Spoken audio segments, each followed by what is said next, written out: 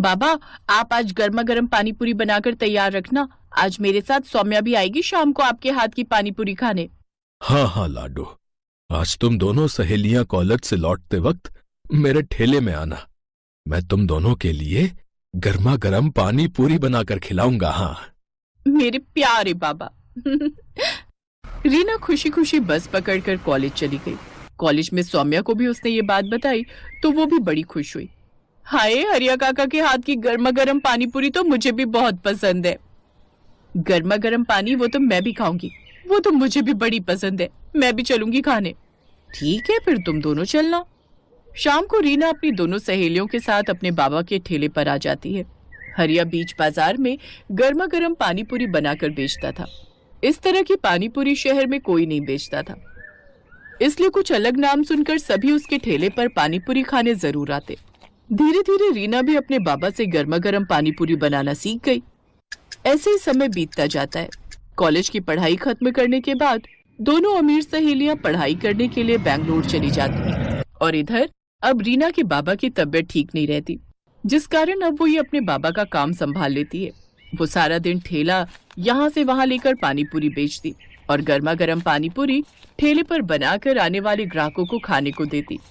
गर्मा गर्म पानी पूरी खाओ, गर्मा गर्म पानी पूरी एक बार खाओगे बार बार आओगे। आइए आइए, गर्मा गर्म पानी पूरी। कुछ साल और बीत गए और अब निधि और सौम्या की शादी दो सगे भाइयों से हो गई। उनके पति भी अमीर घर से ही थे। वो दोनों उन दोनों का खूब ख्याल रखते। इधर रीना को अपनी दोनों सहेलियों की याद तो आती, लेकिन उसके पास उन दोनों का फोन नंबर भी नहीं था कि वो उनसे कांटेक्ट कर सके। कुछ समय बाद रीना भी अपने बाबा के इलाज के लिए दिल्ली आ जाती है। अब वो वहीं एक झोपड़ी में रहकर अपने माँ बाबा दोनों का ख्याल रखती, साथ ही अपनी गर्मा गर्म पानी पूरी का ठेला लगाती। इधर निधि और सौम्या के पतियों का ट्रांसफर भी दिल्ली हो जाता है। फिर एक रोज, सौम्या चलो, आज मैं तुम सबको पानी पूरी खिलाने ले चलता हूँ। तुम सबको तो पता ही है दिल्ली खाने पीने के लिए कितनी मशहूर है। हाँ हाँ, फिर तो सभी चलते हैं, बड़ा मजा आएगा। वो सभी सुखीराम पानी पूरी वाले की पानी पूरी खाने खान मार्केट चले जाते हैं, जिसे खाकर सौम्या कहती है, मुझे तो यहाँ की पानी पूरी बिल्कुल पसंद नहीं आई। हाँ सौम्या, और खाकर तो देखो। सौम्या बिल्कुल ठीक कह रही है, वो स्वाद नहीं है इसमें। हमें नहीं खानी और पानी पूरी। पानी पूरी तो हरिया काका और हमारी दोस्त रीना बनाती है, लेकिन पता नहीं अब वो कहाँ है। कमाल है, इतनी बढ़िया तो है। खैर, मैं तो एक प्लेट और खाऊंगी। ऐसे ही समय बीतता है। फिर एक रोज, यार निधि पता नहीं अपनी दोस्त रीना कहाँ होगी, कैसी होगी। कॉलेज छोड़ने के बाद उससे कभी मिलना ही नहीं हुआ। हाँ यार, मुझे भी उसकी बड़ी याद आती है। एक बार जब कानपुर गई थी अपनी कजिन की शादी में तो उसके घर भी गई थी, लेकिन वहां ताला लगा हुआ था।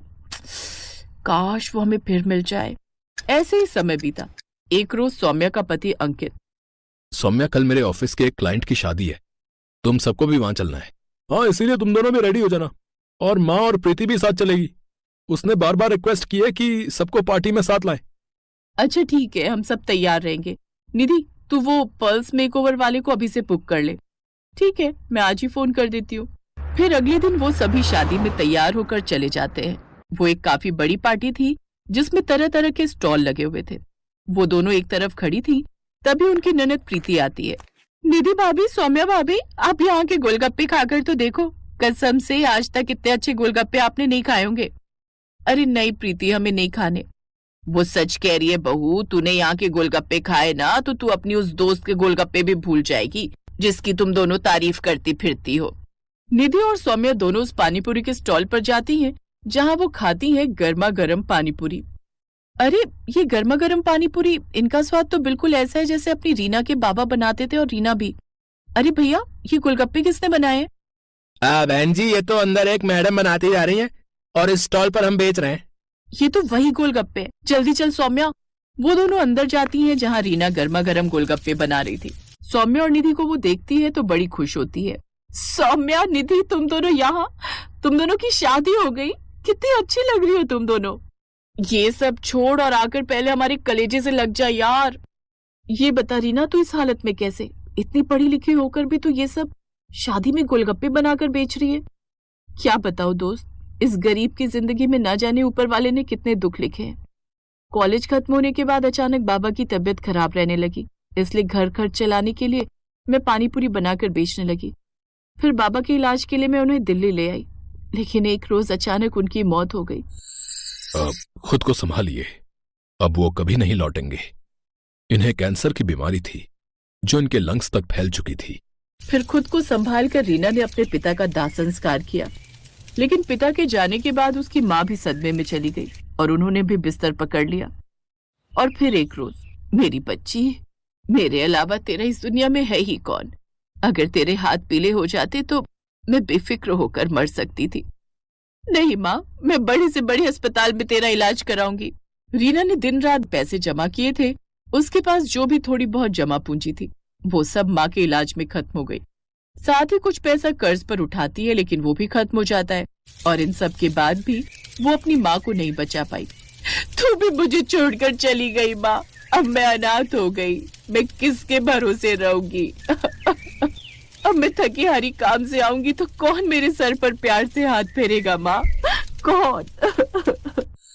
उस दिन के बाद मैं अकेली दिल्ली की सड़कों पर गर्मा गर्म पानी पूरी बनाकर बेचने लगी और अपना पेट पालने लगी और शादी ब्याह के ऑर्डर भी लेने लगी।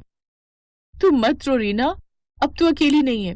तेरे पास तेरी ये 2 सहेलियां हैं, यानी कि बहनें। अब से हम तेरा खूब ख्याल रखेंगे।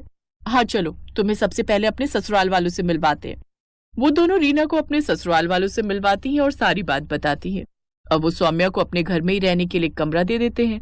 साथ ही उसके लिए एक बड़ी दुकान भी खुलवा देते हैं जिसमें वो गर्मा गर्म पानी पूरी बनाकर बेचती है। अब उसका काम और भी अच्छा चलने लगता है और कुछ ही दिनों में वो खुद का रेस्टोरेंट खोल लेती है। फिर कुछ समय बाद अंकित के एक दोस्त को रीना पसंद आ जाती है और वो उससे शादी कर लेता है और अब रीना भी खुशी खुशी अपनी जिंदगी जीती है।